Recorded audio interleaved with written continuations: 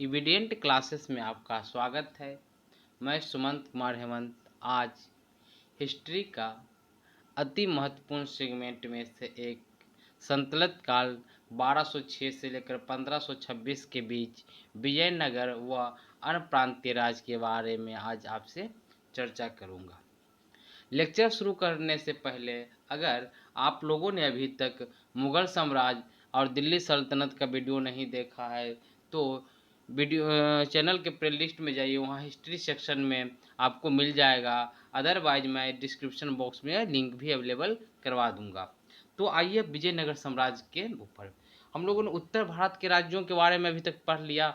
दिल्ली सल्तनत में मैंने सबका जितना भी महत्वपूर्ण था आपका गुलाम वंश, खिलजी वंश, तुगलक वंश, सैयद वंश और लोदी वंश सभी के बारे में मैंने आपको ऑलरेडी आपसे डिस्कस कर लिया था। तो अब आइए विजयनगर साम्राज्य के बारे में, जिसकी स्थापना 1336 ईस्वी में होती है। 1336 ईस्वी में हरिहर और बुक्का नामक दो भाइयों ने मिलकर विजयनगर राज्य की स्थापना की।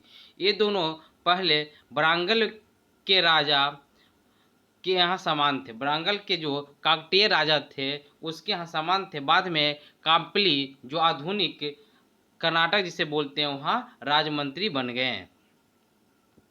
अब क्या होता है कि काम्पली पर मोहम्मद बिन तुगलक ने बार बार आक्रमण कर लिया और उसे जीत लिया। बहुत बड़ा आक्रमण किया और अंततः उसे जीत हासिल करने में सफलता प्राप्त किया। इन दोनों भाइयों को बंदी बना लिया, यानी कि हरिहर और बुक्का को बंदी बना लिया और उसे इस्लाम में दीक्षित कर दिया गया। परंतु दोनों भाइयों ने अपने गुरु विद्याधरण के निर्देश पर फिर से हिंदू धर्म में दीक्षित हो गया। उन्होंने विजयनगर में अपनी राजधानी स्थापित कर ली। तो देखिए यहाँ पर कौन सा गुरु इनको हिंदू धर्म के लिए दीक्षित किए थे, उनका नाम था विद्यारण्य। ठीक है, विद्यारण्य ने उन्हें दोबारा हिंदू धर्म के लिए दीक्षित किया और इसी प्रकार उन्होंने विजयनगर में अपनी राजधानी स्थापित कर दी।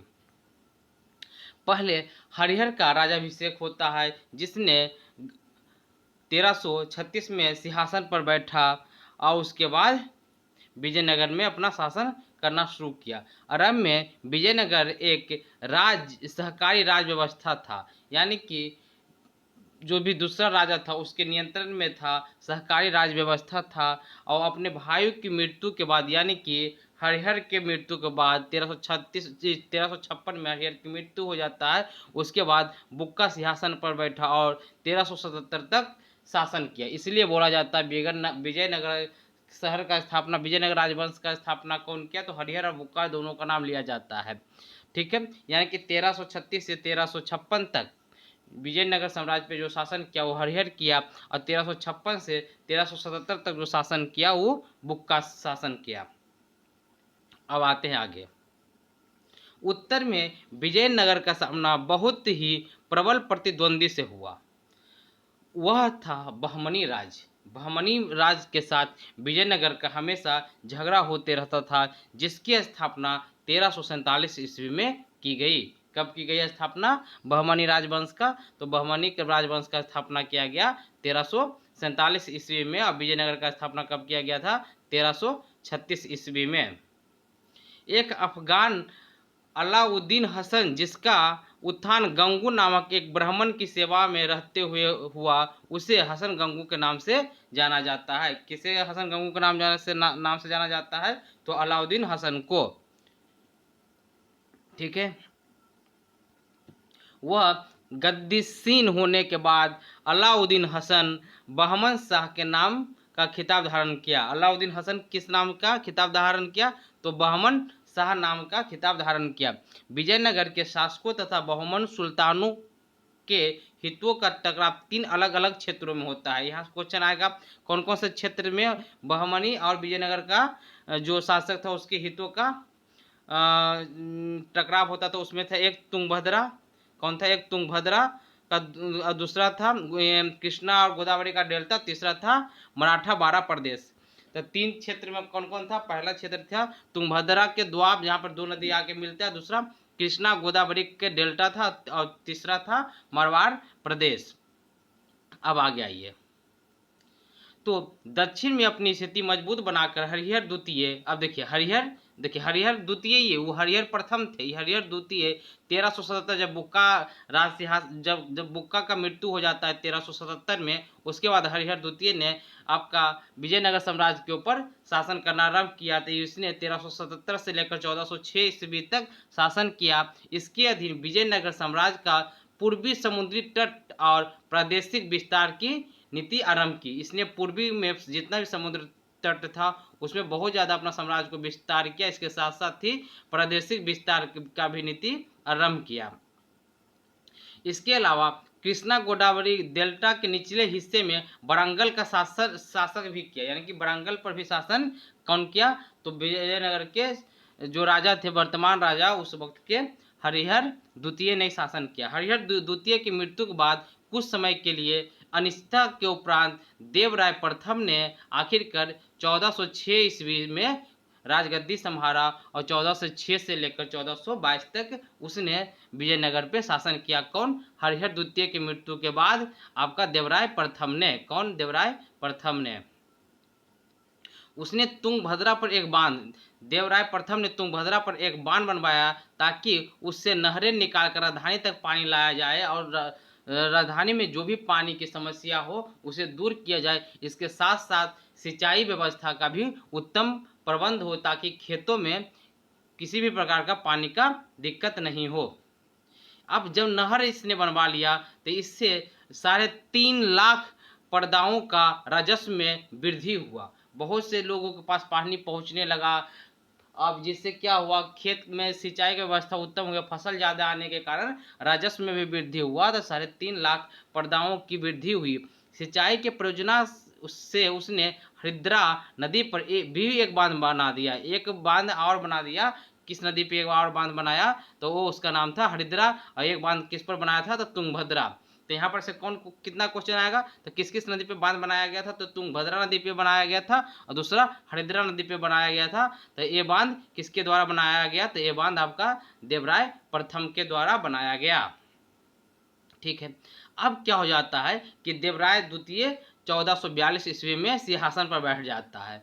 कौन बैठता है? देवराय द्वितीय सिंहासन पर बैठता है। तो इसका क्या काम था? सेना को मजबूत करने के लिए इसने मुसलमानों को भी भर्ती किया। तो आपको ध्यान रखना, देवराय दूसरा यानी कि देवराय 2 मुसलमान का भर्ती इसलिए करता है ताकि सेना में मजबूती आए। सेना को मजबूती करने के लिए उसने मुसलमानों को भी भर्ती किया।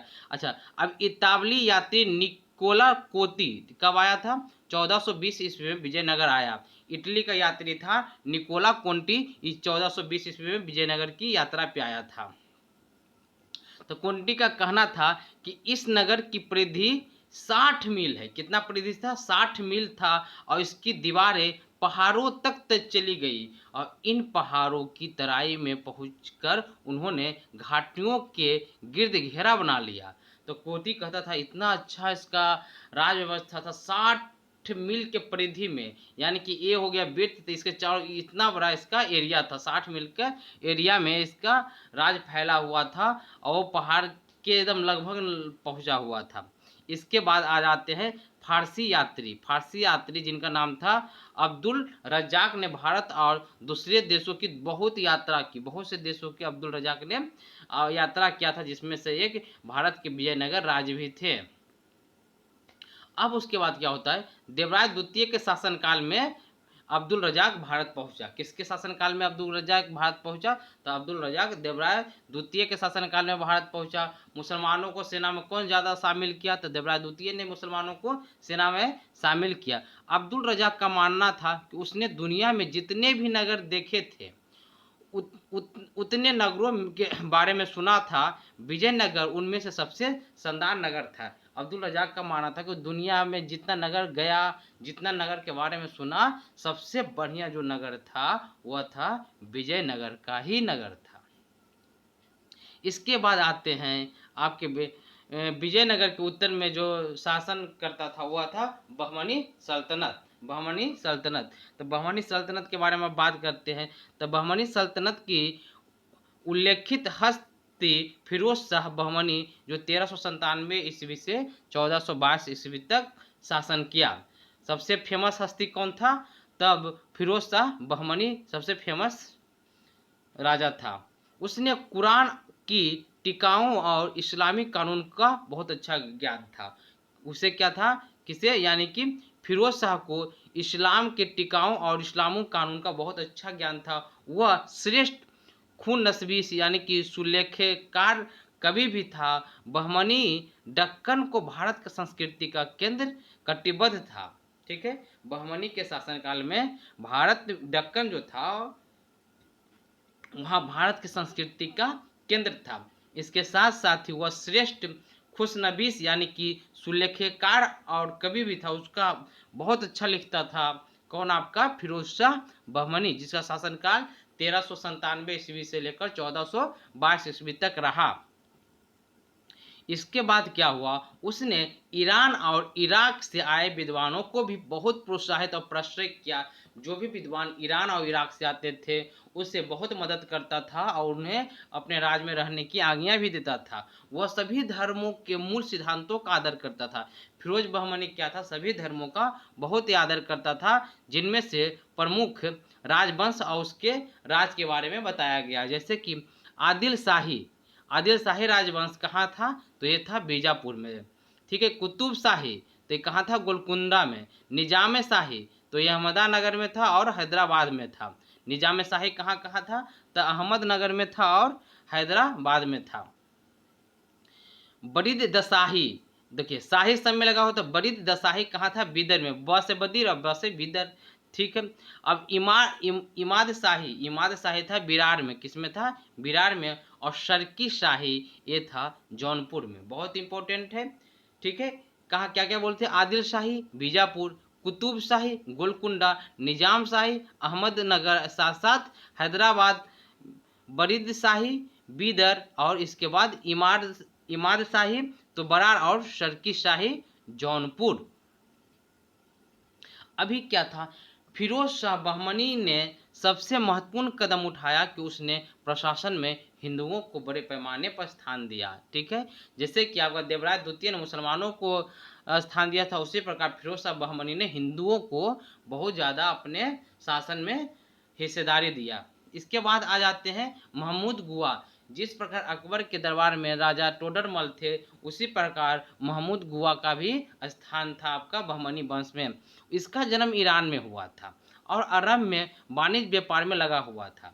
सुल्तान ने उसे मलिक उन तुजार यानी कि व्यापारियों का प्रधान का खिताब दिया था। कौन सा खिताब दिया था, व्यापारियों का प्रधान यानी कि मलिक उल तुजार का खिताब दिया था। इसके बाद कुछ दिनों के बाद उसको पेशवा या प्रधानमंत्री भी बना दिया गया। क्या बना दिया, तो पेशवा या प्रधानमंत्री बना दिया आपका महमूद गवा को। किसको, महमूद गवा को प्रधानमंत्री बना दिया। इसके बाद क्या हो जाता है, महमूद गवा बहुत प्रमुख सैनिक योगदान पश्चिमी तट के प्रदेशों में रहा। बहुत ही कुशाग्र बुद्धि का था और पश्चिमी क्षेत्रों में मैंने सैनिक के क्षेत्र में उसका योगदान बहुत अच्छा रहा था। इसमें से आपका हामोल और गोवा भी शामिल था, जिसमें वह जीत हासिल किया। तो कहाँ कहाँ, पश्चिमी क्षेत्र, पश्चिमी तट के ऊपर, जैसे कि भारत है तो पश्चिमी तट के ऊपर में जहाँ भी हामोल और गोवा के ऊपर जो विजय सब बहमनी वंश के राजा प्राप्त किए थे, उसमें से मोहम्मद गवा का बहुत बड़ा योगदान था।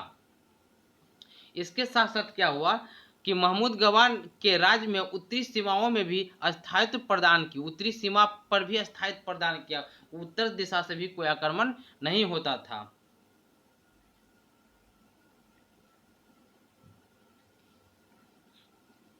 महमूद गवा ने कई आंतरिक सुधार भी किए। अब देश के अंदर बहुत सा आंतरिक कार्य किया जो देश के लिए बहुत जरूरी था। उसने राज्य को 8 प्रांतों या तराफों में विभाजित कर दिया। क्या क्या, अब बढ़िया से शासन व्यवस्था चल पाए बहमनी वंश का, इसलिए उसने राज्य को 8 भाग में विभाजित कर दिया।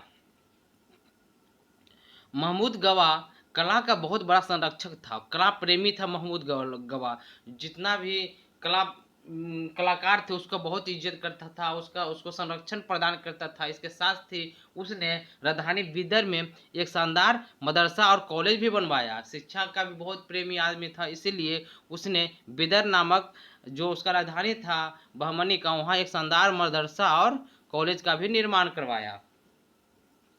इसके साथ साथ क्या हुआ कि बहमनी सल्तनत की एक बड़ी समस्या अमीरों के बीच चलने वाला झगड़ा था। देखिए, शासन व्यवस्था तो बहुत अच्छा चल रहा था, पर अमीर लोग क्या कर रहे थे, आपस में ही झगड़ा कर रहे थे, जिससे क्या हो रहा था कि शासन व्यवस्था में बहुत बाधा पैदा हो जा रहा था और राज्य में अराजकता का माहौल था। इसके बाद क्या हो जाता है, अमीर लोग पूर्वागंतुओं और दक्कनियों और आफाकियों या नवागंतुओं, जो कि गरीबी कहलाते थे, में बटे हुए थे। अमीर लोग क्या थे इस समय, आपका पूर्वागंतुओं और दक्कनियों और अफाकियों या नवंतुओं, जो गरीब कहलाते थे, उसमें बटे हुए थे। सब में बटा हुआ था, सब जगह आपको गरीब लोग, ये सब जगह आपको अमीर लोग मिल जाते थे। इसके बाद क्या हो जाता है, महमूद गवा नवांतुक था। महमूद गवा क्या था, नवांतुक था, गरीब था पहले। उसके विरोधियों ने युवा सुल्तान के कान में भर दिया, यानी कि बोला कि वो आदमी अच्छा नहीं है, ऐसे है वैसे है। इसीलिए सुल्तान ने 1482 ईस्वी में गवा को मृत्यु दंड दे दिया, जो कि बहुत ही क्षति हुआ बहमनी वंश के लिए, बहुत ही क्षति पहुंचा इससे ही। इसके साथ ही क्या हो जाता है, शीघ्र ही बहमनी सल्तनत 5 छोटे छोटे राज्यों में विभक्त हो गए। जब आपका गुवा साहब चले गए, उनको मृत्युदंड दे दिया गया, तो क्या हुआ कि राज संभल नहीं रहा था, तो 5 छोटे छोटे राज्य में बच गए, जिसमें से गोलकुंडा, बीजापुर, अहमदनगर, बरार और बिदर शामिल थे। इसके अलावा बहमनी सल्तनत ने उत्तर और दक्षिणी के बीच सांस्कृतिक सेतु का काम किया। बहमनी सल्तनत में उत्तर की ओर के भी संस्कृति बहुत अच्छा से प्रचलित थे और दक्षिण की ओर के भी संस्कृति बहुत अच्छा से प्रचलित थे, यानी कि दोनों संस्कृतियों को मिलाने का काम बहमनी साम्राज्य ने ही किया।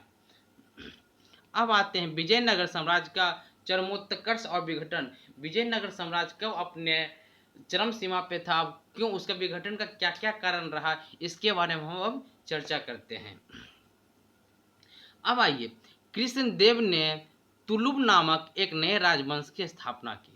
तो कृष्णदेव किस राजवंश के थे, तो वो थे तुलुब राजवंश के। कौन सा राजवंश के थे, तो तुलुब राजवंश के थे, जिनका कार्यकाल 1509 ईस्वी से लेकर 1530 ईस्वी तक रहा और वो बहुत ही महान शासक थे। तुलुब वंश के सबसे महान शासक कृष्णदेव राय थे। ठीक है, इसके बाद क्या हो जाता है कि पेश नामक एक इतावली ने कृष्णदेव के दरबार में कई साल बिताए। अब पूछेगा, पेश जो थे कहाँ के थे, तो ये इटली के थे। किसके दरबार में आए, तो ये कृष्णदेव राय के दरबार में आए। ठीक है, अब अगला क्वेश्चन है, क्वेश्चन बोलते अगला पॉइंट, कृष्णदेव एक महानिर्माता भी था। उसने विजयनगर के निकट एक नया शहर बसाया और एक विशाल तालाब भी खुदवाया, जिसका उपयोग सिंचाई के लिए किया जाता था। कृष्णदेव राय लोगों को, प्रजा को किसी प्रकार का पानी का दिक्कत नहीं हो, इसके लिए उसने नहर का निर्माण करवाया, जिससे सिंचाई व्यवस्था में किसी भी प्रकार का दिक्कत नहीं हो। इसके साथ साथ वह तेलुगु और संस्कृत भाषा के भी महान ज्ञाता थे। कृष्णदेव राय को तेलुगु के ऊपर और इसके साथ साथ संस्कृत का भी विद्वान कहा जाता है। देखिए, एक चीज यहाँ देखिएगा, एक होता है तमिल भाषा, यानी कि जो कि तमिलनाडु में बोला जाता है, और तेलुगु भाषा जो बोला जाता है वो आंध्र प्रदेश और तेलंगाना में बोला जाता है। ठीक है, तो इसमें कंफ्यूज नहीं करना है तमिल और तेलुगु में। तो ये तेलुगु भाषा और संस्कृत भाषा के महान कवि थे। अब आइए आगे, उनके शासनकाल में तेलुगु साहित्य एक नए युग का सूत्रपात हुआ। उनके शासनकाल में ही तेलुगु भाषा भी बहुत उत्कृष्ट लेवल पर पहुंच गया, बहुत प्रचलित उनके शासनकाल में हुआ। अब क्या होता है, देखिए अब क्या होता है, कृष्णदेव की सबसे बड़ी उपलब्धियों उनके साम्राज्य में व्याप्त सहिष्णुता और उदारता था। उनके साम्राज्य में सभी लोग बहुत खुशी तरीका से रहते थे, आपस में मिलजुल के रहते थे, न हिंदू में भेदभाव था, न मुस्लिम में भेदभाव था, और सभी लोग एक दूसरे का सहयोग भी करते थे। इसीलिए बारबोसा कहता है कि राजा इतनी आज़ादी देता था कि कोई भी व्यक्ति अपनी इच्छा अनुसार आ जा सकता है। इसके साथ साथ वह किसी भी धर्म के अनुसार अपना जीवन व्यतीत करता है, यह कहना था बारबोसा का। ठीक है, 1543 ईस्वी में सदाशिवम राय गद्दी पे बैठता है। कौन 1543 में बैठता है? सदाशिवम राय गद्दी पे बैठता है और 1567 तक उसने राज किया। तो सदाशिवम का कार्यकाल कितना से कितना था? तो सदाशिवम का कार्यकाल 1543 ईस्वी से 1567 ईस्वी तक था और इस दौरान भारत में मुगल राजवंश का भी स्थापना हो जाता है। 1526 ईस्वी में ही मुगल राजवंश का स्थापना हो जाता है और 1543 के समय भारत में शेरशाह सूरी शासन करते हैं और 1545 में उनका मृत्यु हो जाता है। अब आते हैं 1565 के टालीकोटा के निकट बनीहट्टी की लड़ाई के बारे में। देखिए इसमें क्या होता है, 1565 ईस्वी में तालीकोटा के निकट बनहट्टी की लड़ाई में बहमानियों के संघ ने विजयनगर की गहरी शिकस्त दी, यानी कि विजयनगर को हरा दिया और इसे तालीकोट की लड़ाई या राक्षस तगरी की लड़ाई के नाम से भी जाना जाता है। ठीक है, देखिए बनीहट्टी की लड़ाई को किस किस नाम से जाना जाता है? तो तालीकोट की लड़ाई से जाना जाता है, राक्षस तगरी के नाम से भी जाना जाता है। अब इसके बाद क्या हो जाता है? इसके बाद होता है कि राम राजा को घेर लिया जाता है, उसे पकड़कर तुरंत उसकी हत्या कर दी जाती है। विजयनगर वंश के राम राजा को घेर लिया जाता है, उसे तुरंत पकड़कर हत्या कर लिया जाता था और विजयनगर को जी भर के लूटा जाता है, जितना इच्छा होता है उतना लूटता है, सबके यहाँ से लूट लूट के सबको बर्बाद कर देता है, राजतंत्र खाली हो जाता है, लोगों तक नहीं छोड़ता है, लोगों के घर द्वार से सब चीज लूट कर चला जाता है। इसके बाद क्या होता है? बनहट्टी की लड़ाई को आमतौर पर विजयनगर के महान युग का अंत माना जाता है और इसके साथ ही विजयनगर पतन की ओर अग्रसर हो जाता है। बनहट्टी के युद्ध में जब इसका विजयनगर का बहमनी वंश से बहमनी के राजाओं के द्वारा पराजित कर दिया जाता है, इसके साथ ही विजयनगर का धीरे धीरे पतन होना स्टार्ट हो जाता है। विजयनगर राज्य के राजा को सलाह देने के लिए मंत्रियों का एक परिषद होता था, जिसमें राजा के प्रमुख सरदार हुआ करते थे। देखिए अब कोई भी शासन चलाएगा तो उसमें तो राजा को सलाह देने के लिए मंत्रियों का एक समूह रहेगा, उस समूह के प्रमुख को हम लोग क्या करते थे? सरदार करते थे। इसके साथ ही राजमंडल में विभाजित होता था, राज जो था वो मंडलम में विभाजित हो जाता था और मंडलम को राज भी कहा जाता था। राज मंडलम में विभाजित होता था और मंडलम को राज भी कहते थे। अब आते हैं आगे। मंडलम के नीचे क्रमशः नाडु यानी कि जिला को हम लोग, राज के नीचे क्या होगा? जिला, नाडु और स्थल यानी कि उपजिला और ग्राम होता था। सबसे पहले कौन हो गया? राज, जिसको मंडलम कहते थे। मंडलम के नीचे कौन होता था? नाडु, तमिलनाडु देखिए होता है ना, तो नाडु पहले जिला के संस में था और स्थल, और उसके बाद सबसे लास्ट में ग्राम होता था। उसके बाद क्या हुआ? प्रांतीय शासन को काफी स्वायत्तता प्राप्त होती थी। प्रांतीय शासक जो थे उसको बहुत ही अधिकार प्राप्त होता था, इसलिए वह अपना दरबार लगाता था और अपने अफसर की नियुक्ति करता था, अपनी सेना भी रखता था। जितना भी लोकल लेवल पे जो गवर्नमेंट था उसको यह अधिकार प्राप्त था, वो अपना दरबार भी लगा सकता था और अपनी सेना को भी रख सकता था। राजा सैनिक सरदारों को अमरम या निश्चित राजस्व क्षेत्र भी दिया करते थे। सैनिक को राजा क्या करते थे? अमरम या फिर निश्चित राजस्व वाला क्षेत्र दे देते थे कि उस पर जाइए, वो आपके अधिकार क्षेत्र में आ गया। अब आइए नेक्स्ट पॉइंट पे। पल फुगार यानी कि पोलीगार या नायक कहे जाने वाले इन सरदारों को राज की सेवा के लिए एक निश्चित संख्या में पैदल सैनिक, घोड़े और हाथी रखने पड़ते थे, तभी ने राज की सुरक्षा करेगा।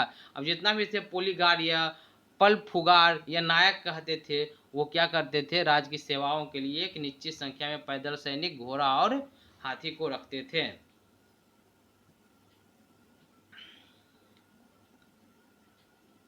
फसल और मिट्टी की किस्में, सिंचाई की विधि आदि के अनुसार राजस्व में अंतर होता था। अगर कोई भूमि ज़्यादा उपजाऊ रहेगा तो वहाँ ज़्यादा राजस्व मिलता था, अगर कोई भूमि कम उपजाऊ था तो वहाँ कम राजस्व वहाँ से लिया जाता था। तो ये सब जो निर्भर करता था आपका फसल, मिट्टी और फसल के ऊपर निर्भर करता था। इसके अलावा क्या हुआ? भू राजस्व के अलावा और भी कर थे, जैसे संपत्ति कर, पैदावार की बिक्री पर लगने वाला कर, पेशागत कर, सैनिक कर, विवाह आदि का कर था। ठीक है, बहुत तरह के अलग अलग कर इसके अलावा लिए जाते थे। भू राजस्व के अलावा संपत्ति कर, पैदावार कर, पेशागत कर और सैनिक कर लिया जाता था।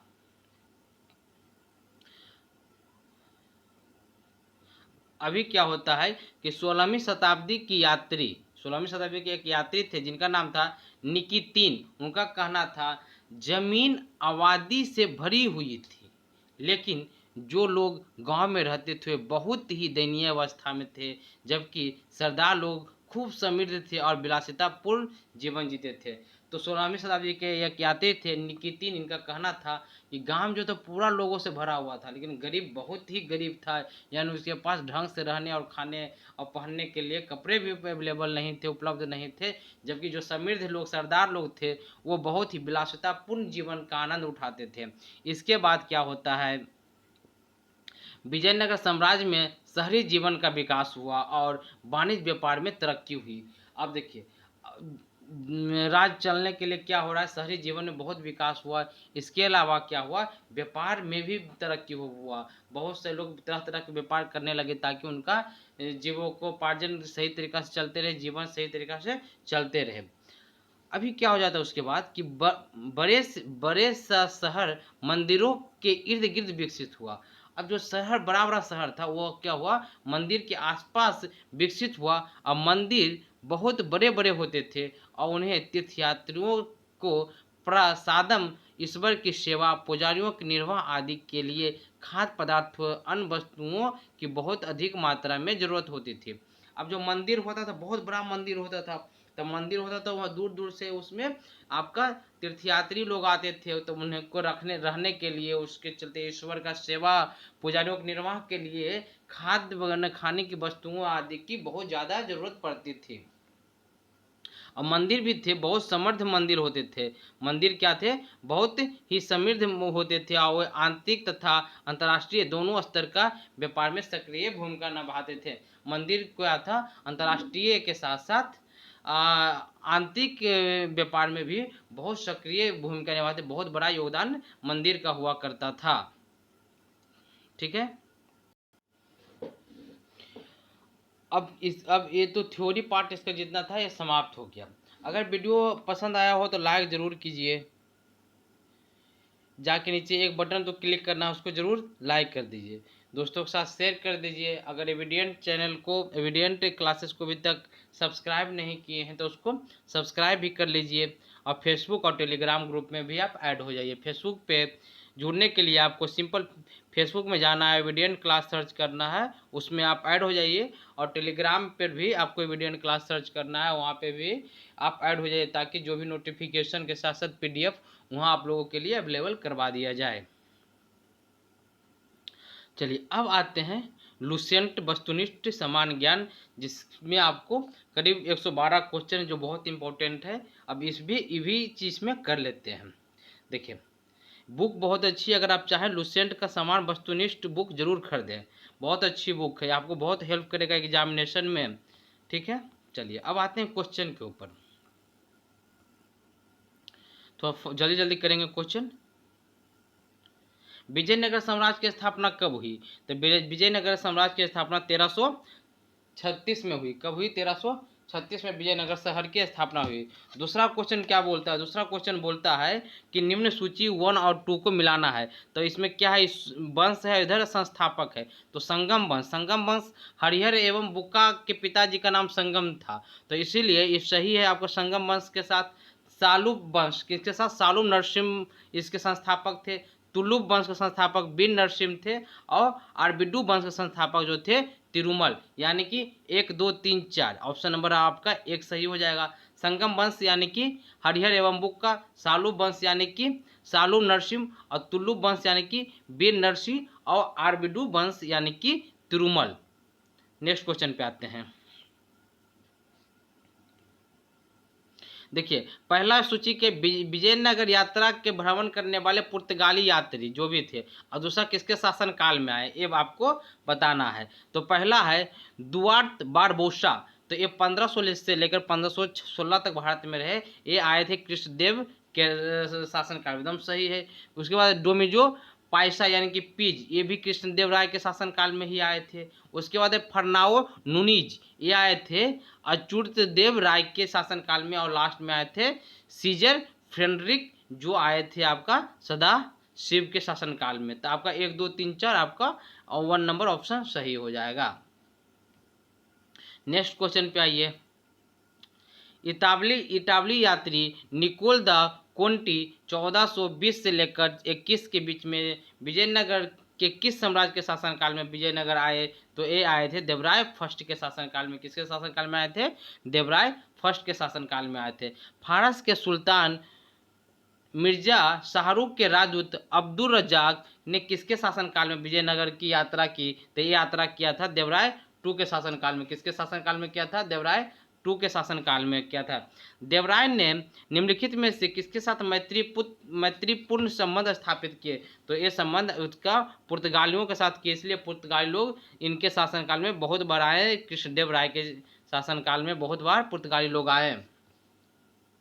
नेक्स्ट क्वेश्चन है, विजयनगर किस नदी के तट पर अवस्थित है? तो विजयनगर आपका तुंगभद्रा नदी के तट पर अवस्थित। देखिए सब एसएससी सीडीएस एसएससी में सब क्वेश्चन आया हुआ। बहमनी राजाओं की राजधानी कहाँ थी? तो बहमनी राजाओं की राजधानी आपका गुलबर्गा था। कहाँ था? गुलबर्गा। विजयनगर के महान साम्राज्य के अवशेष कहाँ से मिलते हैं? तो ये जो आपको मिलते हैं हम्पी से आपको मिलते हैं। आप 10 रुपया के नोट के पीछे नया वाला जो आया है उसमें हम्पी नहीं हम्पी आपको 50 रुपया के नोट के पीछे है। 50 रुपया के नोट के पीछे जो फोटो है वो हम्पी का रथ का पहिया हम्पी का ही है। हम्पी का है। 10 रुपया वाला ये है आपका कोणार्क मंदिर का, जो कि आपका उड़ीसा में है। विजयनगर का प्रथम शासक कौन था जिसने पुर्तगालियों के साथ संधि की? तो इनका नाम था कृष्णदेव राय। किसने विजयनगर में स्थित गोल गुंबज का निर्माण करवाया, जो विश्व का दूसरा बड़ा गुंबज है और अपने मरमरश्रावी गैलरी के लिए भी बहुत प्रसिद्ध है? तो ये हुआ था आपका, कौन करवाया था? तो मोहम्मद आदिल शाह ने। कौन करवाया था? मोहम्मद आदिल शाह ने बीजापुर के गोल गुंबज का निर्माण करवाया। यहाँ से एक क्वेश्चन रहेगा कि गोल गुंबज का निर्माण किसने करवाया? तो गोल गुंबज का निर्माण करवाया मोहम्मद आदिल शाह ने। कहाँ अवस्थित है? तो ये है बीजापुर में। कृष्णदेव राय किसके समकालीन थे? तो कृष्णदेव राय जो थे बाबर के समकालीन थे। किसके समकालीन थे? बाबर। देखिए ये रेलवे में भी पूछा हुआ, एसएससी भी पूछा हुआ है, बहुत इंपॉर्टेंट है। हम्पी तिरुवनलमलई चिदम्बरम श्रीरंगम तिरुपति आदि मंदिरों के सामने की ओर बने हुए राय गोपुरम का निर्माण किसने करवाया था? तो राय गोपुरम का निर्माण करवाने वाले जो थे वो थे हमारे कृष्णदेव राय। बहुत ही महान शासक थे। देखिए प्रोनाउंसिएशन में कहीं कहीं गड़बड़ हो जाएगा तो उसको ध्यान दीजिएगा। विजयनगर साम्राज्य का पहला राजवंश संगम राजवंश किस लिए उसको संगम राजवंश बोलते थे? क्योंकि वह हरिहर और बुक्का के पिताजी का नाम संगम था। हरिहर और बुक्का के पिता का क्या नाम था? संगम था, इसलिए उसको संगम राजवंश बोला जाता था। नेक्स्ट क्वेश्चन है, हरिहर एवं बुक्का ने जिस संत से प्रभावित होकर विजयनगर की स्थापना की उनका क्या नाम था? उनके गुरु का नाम था माधव विद्या राय। विजयनगर को अपने स्थापना से लेकर पतन तक किस राज्य से संघर्ष करना पड़ा था? तो आपको हम बताए थे कि वो बहमनी, जो कि विजयनगर के उत्तर में बसा हुआ था, बहुत ही समृद्ध राज्य था बहमनी। विजयनगर संघर्ष का आरंभ किसके शासनकाल? विजयनगर बहमनी संघर्ष का आगाज किसके शासनकाल में हुआ? तो ये हुआ हरिहर और बुक्का के शासनकाल में। कौन सा स्थान विजयनगर साम्राज्य में गलीचा निर्माण के लिए प्रसिद्ध था? तो गलीचा निर्माण के लिए आपका कालीकट प्रसिद्ध था। मीनाक्षी मंदिर कहाँ है? मीनाक्षी मंदिर आपका मदुरई में है। कहाँ है? तो मीनाक्षी मंदिर आपका मदुरई में है, जिसकी स्थापना आपका कौन करवाया था? तो इसकी स्थापना नायकों ने करवाया था। एक जगह आपका विकिपीडिया पर हालांकि दिया है पांड्या राजाओं ने करवाया था, लेकिन बुक में एक जगह दिया हुआ है नायकों ने करवाया था, दक्षिण के नायकों ने। विजयनगर साम्राज्य की स्थापना कब हुई थी? तो विजयनगर साम्राज्य की स्थापना आपको 14वीं शताब्दी में हुई थी। कृष्णदेव राय राजा थे। कहाँ के राजा थे कृष्णदेव राय? तो विजयनगर के राजा थे कृष्णदेव राय। चार मीनार का निर्माण किसने करवाया? तो कुली कुतुब शाह ने करवाया। कौन करवाया? तो कुली कुतुब शाह ने करवाया। अच्छा, गोलकुंडा कहाँ अवस्थित है? गोलकुंडा कहाँ अवस्थित है? तो हैदराबाद में आपका गोलकुंडा अवस्थित है। हम्पी का खुला संग्रहालय किस राज्य में है? तो हम्पी कहाँ है? आपका कर्नाटका में है। किस संगमवंशी शासक को प्रौढ़ देवराय भी कहा जाता था? तो किनको कहा जाता था? आपका देवराय द्वितीय को कहा जाता था। बीजापुर का गोल गुंबज किसका मकबरा है? तो बीजापुर का जो गोल गुंबज है वो मकबरा आपका मोहम्मद आदिल शाह का है। विजयनगर साम्राज्य अपने उद्भव के लिए आभारी है। तो ये किसके लिए आभारी है? तो आपका हरिहर और बुक्का के प्रति आभारी है। चार मीनार कहाँ अवस्थित है? तो चार मीनार आपका हैदराबाद में अवस्थित है। प्रसिद्ध ऐतिहासिक हम्पी किस जिले में आता है? तो हम्पी क्या बोलते हैं, कर्नाटक में है और ये अवस्थित आपका है बेल्लारी जिले में। कौन जिला में? बेल्लारी जिला में। बुक्का वन के शासनकाल में मदुरा सल्तनत का विलय विजयनगर साम्राज्य में हुआ। मदुरा विजय का श्रेय किसे जाता है? तो मदुरा विजय का श्रेय जाता है बुक्का वन के पुत्र कंपन को। किसको जाता है? बुक्का वन के पुत्र कंपन को। बुक्का वन इनकी बुक्का प्रथम बोल सकते हैं इसको। मुस्लिमों को सेना में नियुक्ति करने वाला विजयनगर का प्रथम शासक कौन था? तो ये प्रथम शासक था देवराय फर्स्ट, यानी कि देवराय प्रथम। निम्नलिखित में कौन सा विजयनगर के शासकों और बहमनी के सुल्तानों के मध्य विवाद का कारण नहीं था? तो आपका देखिए, तुंगभद्रा का दैवश था, कृष्णा और तुंगभद्रा का द्वाब था। अच्छा, कृष्णा और गोदावरी का डेल्टा क्षेत्र भी था और मराठवाड़ा भी था। तो कौन नहीं था? तो इसका जो नहीं था वो वरांगल का क्षेत्र, दोनों के बीच मध्य विवाद का केंद्र नहीं था। निम्नलिखित में विजयनगर राज्य का प्रथम शासक कौन था? तो विजयनगर राज्य का प्रथम शासक आपका था कौन? प्रथम राजवंश की बात बोला गया है तो संगम, यानी कि प्रथम शासक की बात बोलेंगे तो हरिहर हो जाएगा। अच्छा, विजयनगर के किस शासक ने गजबेतेकर की उपाधि धारण की थी? तो ये धारण की थी देवराय दो ने। कौन धारण किया था? देवराय दो ने। क्वेश्चन नंबर 35 क्या बोलता है? विजयनगर के किस शासक ने अपनी सेना में मुसलमानों की भर्ती किया और उन्हें जागीर प्रदान किया, एक मस्जिद के निर्माण करवाया एवं कुरानों की एक प्रति अपने राज सिंहासन के सामने रखा? ये किसने किया था? तो ये जो किया था देवराय दो ने किया था। ठीक है, आगे विजयनगर के किस शासक ने बीदर के सुल्तान के रूप में महमूद शाह को पुनर्स्थापित करने के लिए यवन राज्य स्थापनाचार्य की उपाधि दी? तो यवन राज्य स्थापनाचार्य को उपाधि जो दिया कृष्णदेव राय ने दिया। किसने दिया? कृष्णदेव राय ने दिया।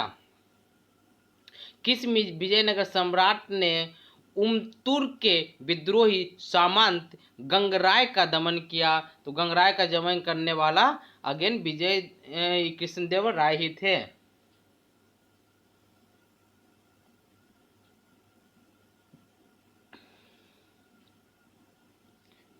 38 नंबर।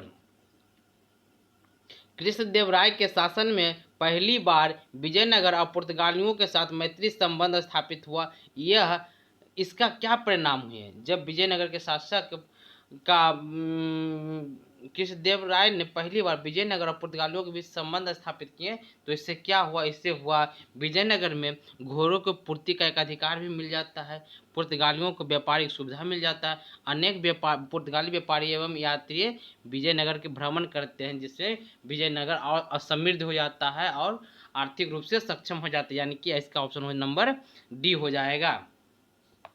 ठीक है, अभी क्या है, विजयनगर के राजा कृष्णदेव राय ने गोलकुंडा का युद्ध किस राजा के साथ लड़ा था? वो राजा का नाम था कुली कुतुब शाह। क्या नाम था? कुली कुतुब शाह।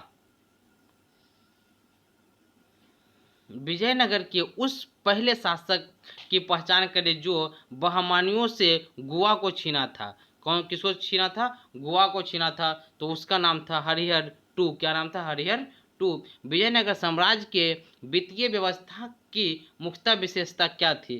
तो वित्तीय व्यवस्था की मुख्य व्यवस्था थी भू राजस्व। क्या था? भू राजस्व। देखिए बीपीएससी में क्वेश्चन 95 94 इसमें पूछा हुआ है। देखिए क्वेश्चन जेपीएससी 2002 में पूछा है। अष्टवन का क्या मतलब है? अष्टवन का क्या मतलब है? इसका मतलब है भू राजस्व विभाग। क्या मतलब है? भू राजस्व विभाग। अब बताइए कि इसमें से कौन सा युग्म सही से नहीं मिला हुआ है, ये आपको बताना है। देखिए बाज बहादुर कहाँ का राजा था? तो ये मालवा का था, सही है। कुतुब शाह कहाँ का था? तो गोलकुंडा का था। सुल्तान मुस्तफ़ा मुजफ्फर शाह कहाँ का राजा था? तो ये गुजरात का था। अच्छा, यूसुफ आदिल शाह कहाँ का राजा था? तो ये जो राजा था आपका बीजापुर का था। किस कहाँ का राजा था? बीजापुर का। बीजापुर का जो राजा था आपका यूसुफ आदिल शाह, इसको काटिए, यहाँ पर लिखिए बीजापुर। तो आपका जो आंसर हो जाएगा ऑप्शन नंबर डी। कृष्णदेव राय के दरबार में अष्टदिग्गज कौन थे? तो अष्टदिग्गज कौन थे ये आपको बताना है। ये थे 8 तेलुगु कवि। 8 तेलुगु कवि को हम लोग बोलते थे अष्टदिग्गज। अब आइए 45 नंबर क्वेश्चन के ऊपर। देखिए सूची 1 और सूची 2 को मिलाना है। आदिल शाह कहाँ का था? तभी बताएं। आदिल शाह आपका बीजापुर का था। कुतुब शाही कहाँ के थे? कुतुब शाही थे गोलकुंडा के। निजाम शाही कहाँ के थे? तो निजाम शाही जो थे आपका अहमदनगर के थे।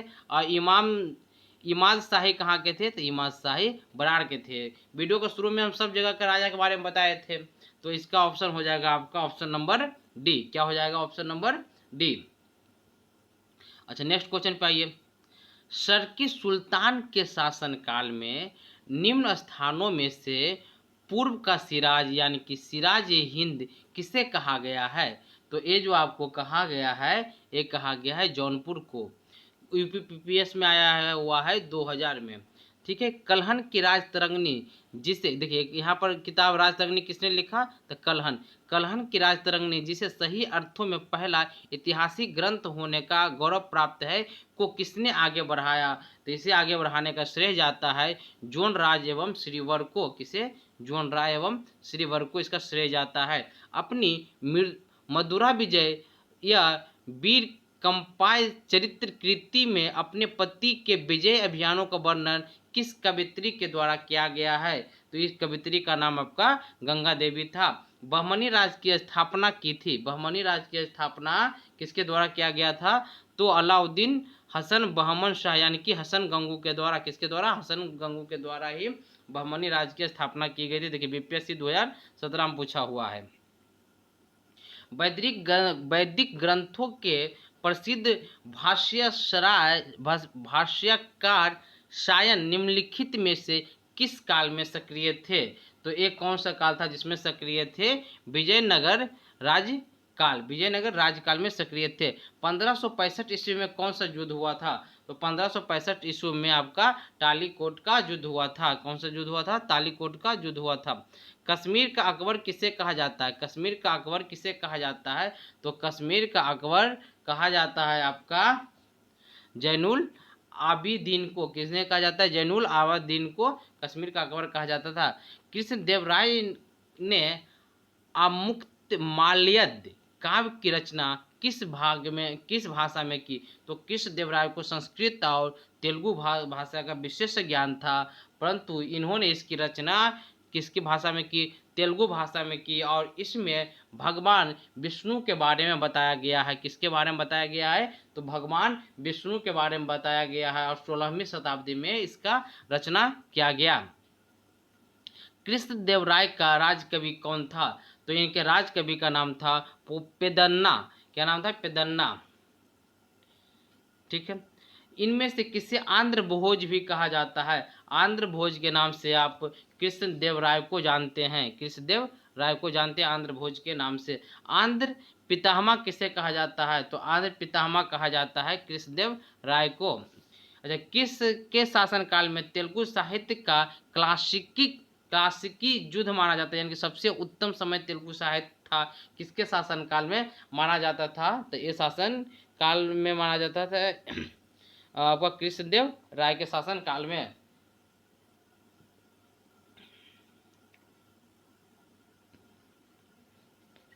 अब आपको बताना है आगे। मिलाना है कौन सा बुक किसके द्वारा लिखा गया है।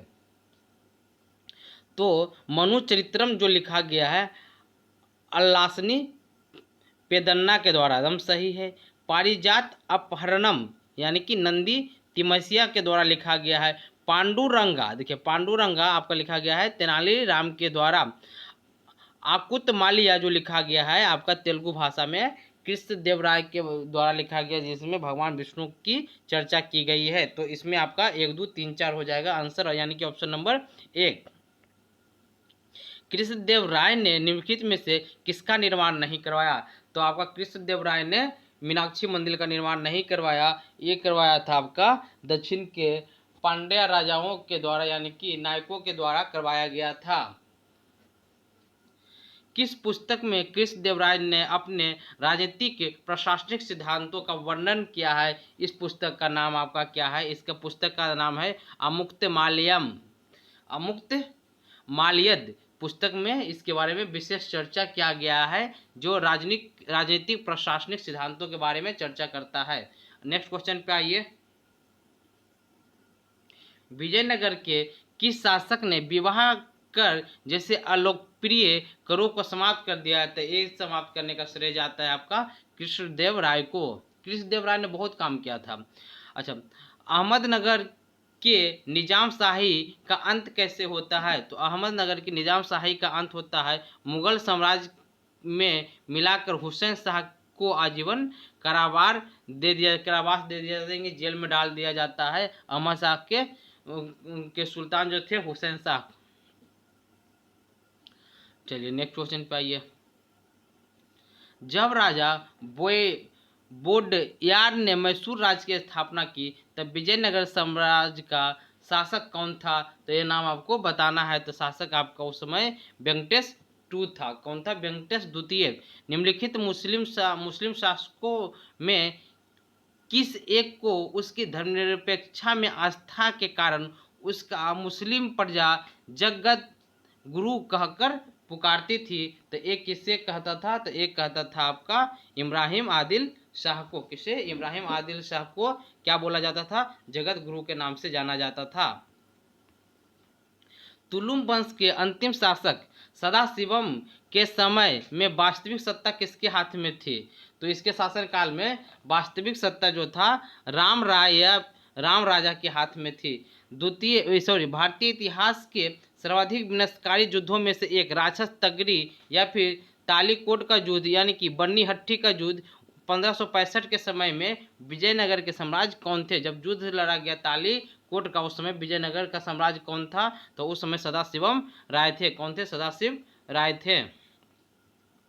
तालीकोट युद्ध का क्या कारण था। इसका युद्ध का कारण था राम राय का दक्षिण सुल्तानों के साथ दम्भ पूर्ण व्यवहार और उसकी अंतर्राज्यीय राजनीतिक में हस्तक्षेप करना था। सही बात है। दूसरा था विजयनगर के प्रति दक्षिण सल्तनतों की समान ईर्ष्या एवं घृणा की भावना। यस, यानी कि आपका जो आंसर हो जाएगा ए और बी दोनों इसका आंसर हो जाएगा। विजयनगर के विरुद्ध दक्षिण सल्तनतों द्वारा बने महासंघ में कौन शामिल नहीं था। तो आपको बताना है कि जो महासंघ था उसमें आपको कौन शामिल नहीं था। तो इसमें बराड़ शामिल नहीं था, बीजापुर, अहमदनगर और गोलकुंडा शामिल था। किस युद्ध में विजयनगर साम्राज्य के शानदार युग का अंत हो गया। शानदार युग का जो अंत हुआ आपका तालीकोट का युद्ध में हुआ। कौन सा युद्ध में हुआ, तालीकोट के युद्ध में हुआ। किस यात्री ने तालीकोट युद्ध यानी कि 1565 के समय जो हुआ था विजयनगर साम्राज्य का भ्रमण किया और राजकीय नगर के विनष्ट वैभव पर टिप्पणी की। तो ये जो किया है आपका सीजर फ्रेडरिक ने। किसने, सीजर फ्रेडरिक ने किया कि स्थिति बहुत खराब हो गया था उस वक्त। विट्ठल स्वामी का मंदिर किस देवता के समर्पित मंदिर है। तो ये जो मंदिर है भगवान विष्णु, लॉर्ड विष्णु से समर्पित मंदिर है। किस मंदिर की भीतरी दीवारों पर रामायण के दृश्य उत्कृष्ट किए गए हैं। तो ये आपका है आपका मंदिर जो है हजार रामा स्वामी मंदिर। हजार रामा स्वामी मंदिर। नेक्स्ट क्वेश्चन है, मदुरा का मीनाक्षी मंदिर का निर्माण किसने करवाया था? तो मदुरई का मीनाक्षी मंदिर का निर्माण मदुरा के नायकों द्वारा किया गया, लेकिन विकिपीडिया पे पांड्या शासकों लिखा हुआ है। ठीक है, देखिए, और मदुरा के नायकों के द्वारा किया गया है। शैवों का अजंता किसे कहा जाता है? शैवों का अजंता लिपाक्षी को कहा जाता है। किसे कहा जाता है? लिपाक्षी। अब आपको मिलाना है कि कौन सा सही है कौन सा गलत है। ठीक है, चलिए 75। देखिए, बरवा, बरवा कहाँ है? बरवा आपका है उत्तर भारत के दक्षिण भारत में बसने वाले लोग को हम लोग बरवा बोलते हैं। अच्छा, उसके बाद क्या है? Base bag. बेस बेग क्या है? दासों का क्रय विक्रय को बेस बेग बोलते हैं। उसके बाद क्या बोल रहा है? राय। राय किसको बोलते हैं? राय आपको बोलते हैं विजयनगर राज्य में राजा को कहा जाता है राय, इसलिए कृष्णदेव राय। देखिए लास्ट में राय है ना। अब है गंड पिद्र, इसको बोलेंगे पैरों में पहनने जाने वाला समान सूचक कारा। पैर में भी जो कारा पहनते हैं उसको बोला जाता है, यानी कि ऑप्शन नंबर आपका ए सही हो जाएगा। 76 देखिए क्या 76 है? सूची 1 और सूची 2 को मिलाना है आपको।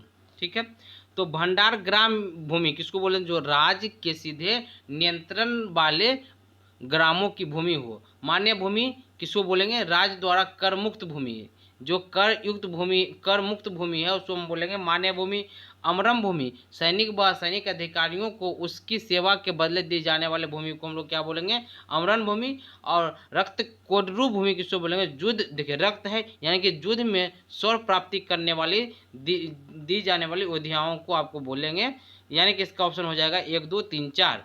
ठीक है, अच्छा, वीर पंचाल का अर्थ क्या है? आपको बताना है वीर पंचाल का अर्थ है। तो वीर पंचाल का अर्थ है दस्तकार वर्ग। क्या अर्थ है? दस्तकार वर्ग। इसमें से कौन सा सम्मिलित नहीं है? आपको बताना है इसमें कौन सा सम्मिलित नहीं है। तो इसमें जो सम्मिलित नहीं है वो आपका है मान्य भूमि, जो है राज के सीधे नियंत्रण वाले भूमि, ये आपका सही मिलान नहीं है। देखिए, तो आपको यहाँ पढ़े थे मान भूमि किसको बोलते थे? जो भूमि करमुक्त था, यानी कि जिससे करमुक्त रखता था वो बोलते थे उसको मान्य भूमि। तो ये वाला आपका यहाँ पर नहीं हो, सही से मिला हुआ नहीं। बाकी उबली भूमि यानी कि उम्बली भूमि यानी गांव के कुछ विशेष सेवाओं प्रदान के बदले प्रदान की जाने वाली कर मुक्त भूमि। कट्टागी यानी कि पट्टे पर ली गई भूमि। और कुदी कृषक मजदूर को दिया जाने वाला कृषक मजदूर को हम लोग बोलते थे कुदी। अभी क्या है? मराठा कालीन पेशवा के समतुल्य विजयनगर का केंद्रीय प्रशासनिक पद क्या था? जैसे मराठा शासन काल में पेशवा उसको प्रधानमंत्री को बोलते थे, उसी प्रकार विजयनगर में उसके समतुल्य पद को हम लोग क्या बोलते थे ये आपको बताना। उसके समतुल्य पद को प्रधानी या महाप्रधानी बोला जाता था। अच्छा, अब आ जाइए क्वेश्चन नंबर 80 में। 1 और 2 को मिलाना है। सभा नायक किसको बोलते थे? तो मंत्री परिषद के अध्यक्ष को हम लोग सभा नायक बोलेंगे। सर्वनायक किसको बोलेंगे? तो मुख्य सचिव को हम लोग सर्वनायक बोलेंगे। माननीय प्रधानम को हम लोग क्या बोलेंगे? गृह मंत्री। जैसे भी अमित शाह है तो पहले हम लोग विजयनगर अगर के शासनकाल में रहते तो हम लोग बोलते माननीय प्रधानम।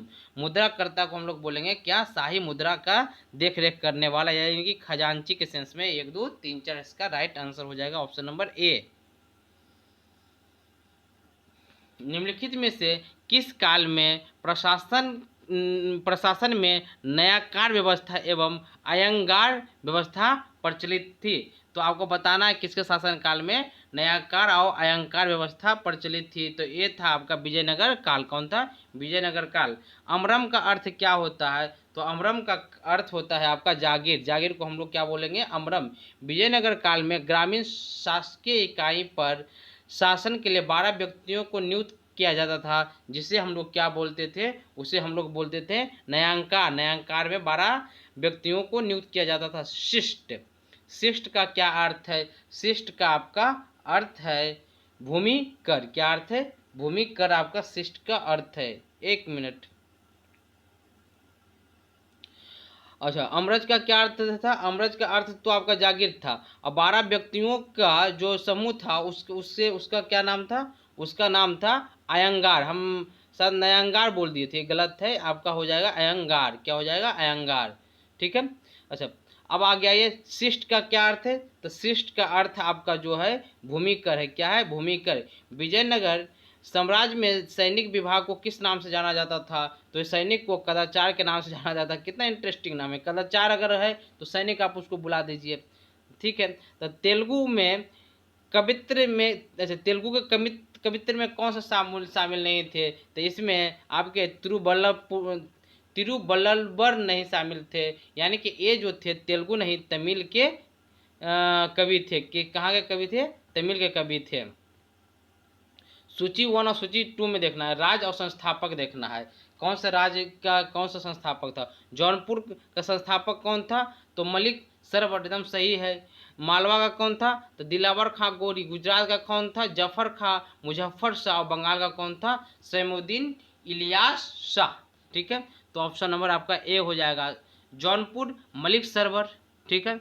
मालवा दिलावर खां लोधी। और गुजरात का जाफर का मुजफ्फर शाह। और बंगाल का सैमुद्दीन इलियास शाह। अब आइए नेक्स्ट पे, खाना बदोशी। खानदेश राज का संस्थापक कौन था? तो खानदेश के जो राज के संस्थापक थे मलिक रजा फारूकी। कौन थे? मलिक रजा फारूकी खानदेश के संस्थापक थे। तैमूर लंग का स्थापना आक्रमण भारत पे कब हुआ था? तो तैमूर लंग 1398 ईस्वी में भारत पर आक्रमण किया के बाद गंगा घाटी में स्थापित होने वाला राज कौन था?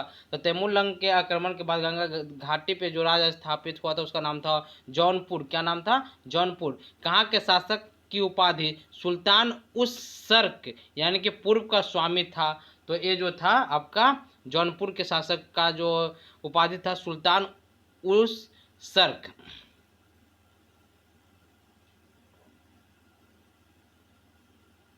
मालवा के किस शासक के शासनकाल में मालवा राज्य का विलय अकबर द्वारा मुगल साम्राज्य में कर दिया गया? तो ये जो किया गया आपका बाज बहादुर के शासनकाल में। किसके शासनकाल में? बाज बहादुर के शासनकाल में अकबर के यहाँ मिला दिया गया। अहमदाबाद की स्थापना किसने की? तो अहमदाबाद की स्थापना की आपका अहमद शाह वन ने। देखिए अहमदाबाद का नाम है तो अहमद शाह, अहमद है ना, अहमदाबाद वन यानी कि अहमदानगर की स्थापना की अहमद शाह फर्स्ट ने, प्रथम ने। महमूद बेगरा किस राज्य में प्रसिद्ध सुल्तान था? महमूद बेगरा किस राज्य का प्रसिद्ध सुल्तान था? तो ये जो सुल्तान था आपका कहाँ का था? तो ये सुल्तान आपका गुजरात का था। कहाँ का था? गुजरात का सुल्तान महमूद बेगरा था, बहुत प्रसिद्ध सुल्तान।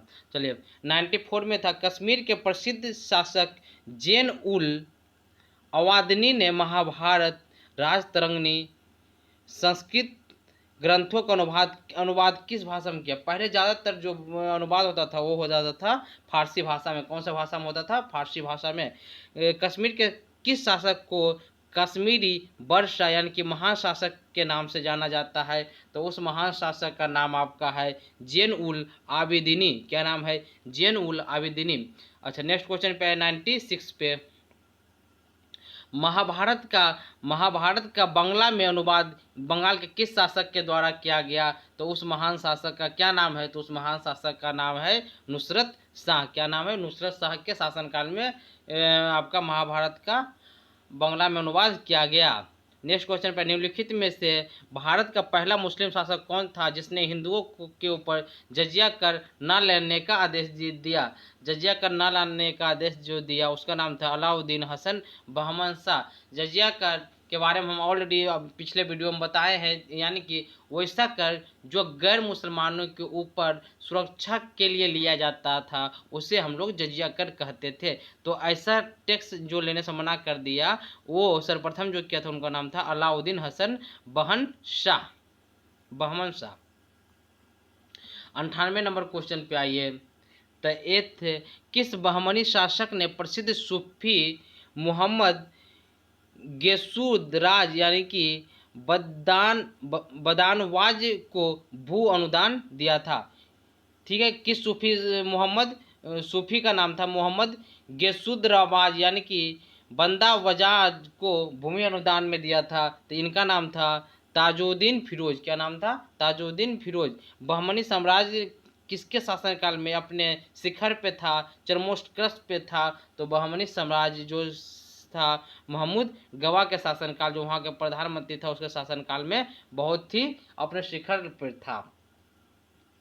टोडरमल का पूर्ववर्ती किसे कहा जाता था? तो महमूद गुहा को, जो प्रधानमंत्री था, उससे उसका टोडरमल यानी कि जो अकबर के दरबार में था, उसका पूर्ववर्ती कहा जाता है। बहमनी साम्राज्य का कितने राज्यों में विभक्त हुआ? तो बहमनी साम्राज्य आपका 5 राज्यों में विभक्त हो गया था। ठीक है, जब वहाँ शासन कमजोर हो गया था, बोले थे कि 5 राज्य में विभक्त हो जाता है। बहमनी साम्राज्य से सबसे पहले कौन सा राज्य स्वतंत्र हुआ? तो इसका राज था बरार, जो था बहमनी से सबसे पहले स्वतंत्र हुआ। अब क्वेश्चन नंबर 103 पे आइए। कितना पे आना है? 103। ठीक है, अच्छा, इसका ऑप्शन कहाँ दिया है 103 का? एक मिनट, हाँ यही दिया हुआ है। ठीक है,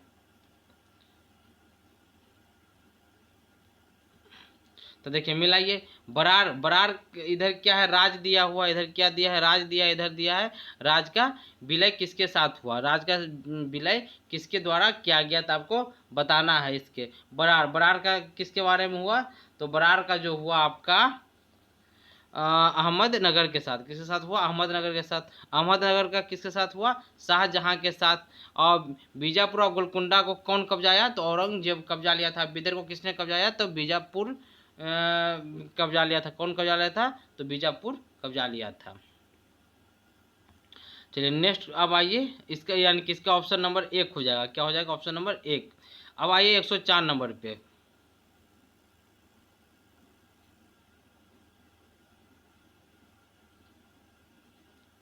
ठीक है, बहमनी साम्राज्य से सबसे अंत में कौन सा राज्य स्वतंत्र हुआ? तो सबसे अंत में राज्य जो स्वतंत्र हुआ था बीदर। कौन था? बीदर। जही अदीना मस्जिद कहाँ अवस्थित है? तो अदीना मस्जिद आपको बंगाल में अवस्थित है। कहाँ अवस्थित है? बंगाल में। अटाला मस्जिद कहाँ अवस्थित है? तो अटाला मस्जिद जो है अवस्थित आपका है जौनपुर में। कहाँ अवस्थित है? जौनपुर में अटाला मस्जिद अवस्थित है।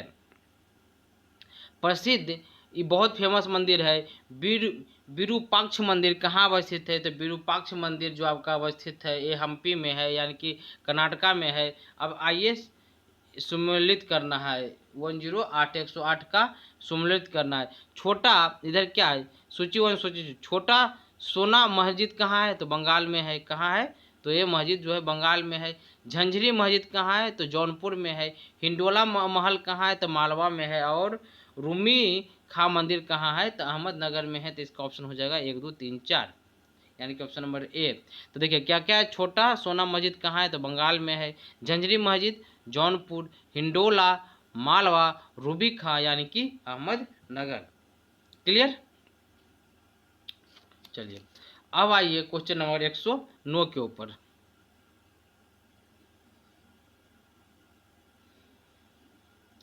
कृष्णदेव राय को उड़ीसा के शासक प्रतापरुद्र गजपति के विरुद्ध अभियान में किस इतिहासकार ने 16वीं सदी के भारतीय इतिहास का सबसे शानदार सैन्य घटना कहा था?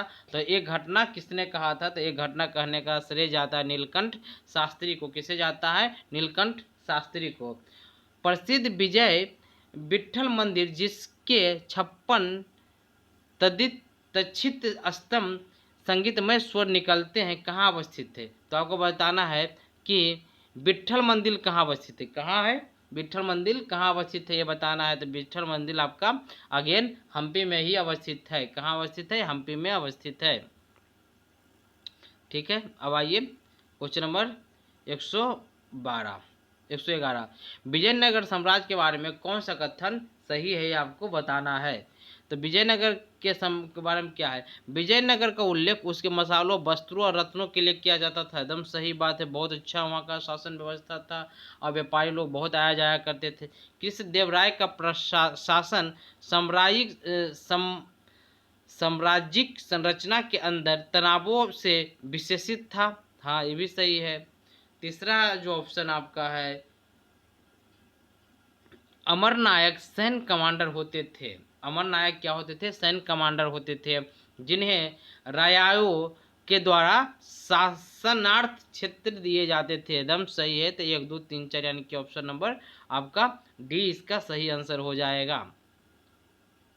लास्ट जो है इसका, देखिए, राजा कृष्णदेवराय के संबंध में निम्नलिखित में कौन सा कथन सही नहीं है? नहीं है पूछा है। तो वे तेलुगु संस्कृत के विद्वान थे, बिल्कुल थे। वे विदेशी यात्री पेशवा और नूनमीज उसके दरबार में आए थे, बिल्कुल आए थे उसके दरबार में। ये आपका पेशु कहाँ का था? तो इटली का था। उनके साम्राज्य में प्रचलित महान न्याय और निष्पक्षता के लिए बारबोसा ने उसकी प्रशंसा की थी। एकदम सही बात है, बारबोसा उसकी प्रशंसा भी किया था। अब उन्होंने अपनी सर्वश्रेष्ठ कृति आमुक्तमाल्या की रचना संस्कृत में की थी। हाँ, यहाँ पर गलत है, संस्कृत में नहीं रचना किया था। तो इसका रचना किस में किया था? तेलुगु में किया था। और इसमें भगवान विष्णु के बारे में चर्चा किया गया, जो 16वीं शताब्दी में किया गया था। ठीक है, चलिए, अब वीडियो को आप एक बार लाइक कर दीजिए। अभी तक लाइक नहीं किए हैं तो वीडियो को एक बार लाइक कर दीजिए और शेयर कर दीजिए, और सब्सक्राइब भी, चैनल को सब्सक्राइब कर लीजिए। ठीक है, क्या क्या करना है? वीडियो को लाइक करना है, शेयर करना है और चैनल को सब्सक्राइब करना है। और टेलीग्राम ग्रुप में आपको एबीडीएन क्लासेस सर्च करके उसमें ऐड होना है। फेसबुक पे भी ऐड होना है। दोस्तों के साथ वीडियो को जितना ज़्यादा हो सके शेयर कीजिए। बहुत इंपॉर्टेंट वीडियो है। एक ही वीडियो में आपका पूरा आपका विजयनगर साम्राज्य और बहमनी साम्राज्य का खात्मा हो जाता है, इंड हो जाता है। ठीक है, अपना ख्याल रखिए, अपने परिवार का ख्याल रखिए। Thank you.